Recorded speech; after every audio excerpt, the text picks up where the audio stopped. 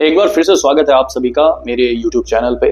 आज हम बात करेंगे जो रियल लाइफ गोस्ट एक्सपीरियंसेस लोगों को हुए हैं। तो इस वीडियो में आगे बढ़ने से पहले मैं आपको कुछ कैरेक्टर्स के नाम बता देता हूँ जो आपको इस स्टोरी में हेल्प करेंगे समझने में।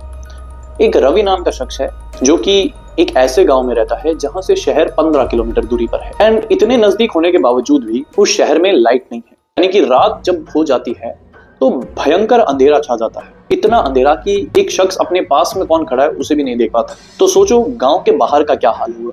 अब इसी स्टोरी में एक रवि के दादाजी है। रवि के दादाजी काफी रिच इंसान है, अपने गांव में लोगों को हेल्प भी करते हैं कई बार। रवि के दादाजी को गांव से शहर कई बार जाना पड़ता है।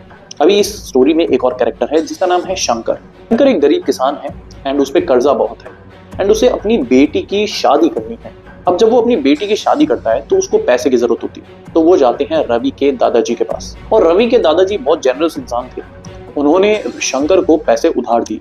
शंकर जो था काफी रिस्पेक्टफुल था रवि के दादाजी की तरफ, क्योंकि जब शंकर को जरूरत में किसी ने साथ नहीं दिया तब रवि के दादाजी ने उसे पैसे दिए ताकि वो अपनी बेटी की शादी कर सके। तो एक दिन जब रवि के दादाजी शहर जाते हैं एंड काफी रात को लौट रहे होते हैं तो थोड़ा बहुत बारिश की वजह से वो रास्ता भटक जाते हैं एंड रास्ता भटक कर किसी दूसरी दिशा में चले जाते हैं। अब जब उनको ये एहसास होता है कि भाई मैं रास्ता भटक चुका हूं तो उन्हें घबराहट होने लगती है और घना अंधेरा, बारिश का मौसम और जानवरों की आवाजें।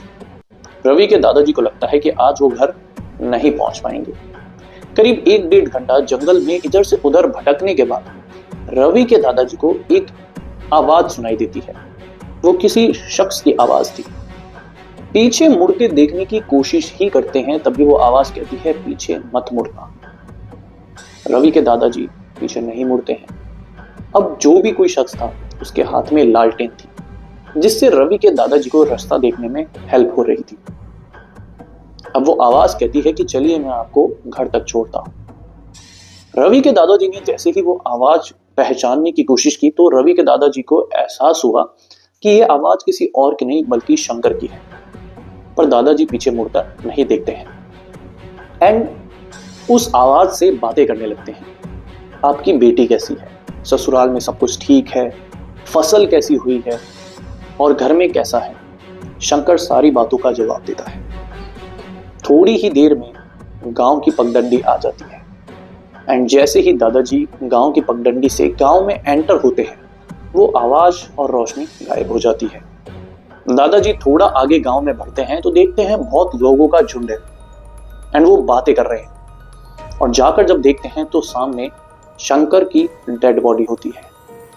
अब इस कहानी में मुझे जो सबसे इंटरेस्टिंग चीज लगी वो ये थी कि जब शंकर को मदद की जरूरत थी तब रवि के दादाजी ने की एंड शंकर ने अपना कर्ज मरने के बावजूद भी चुकाया रवि के दादाजी की हेल्प करके।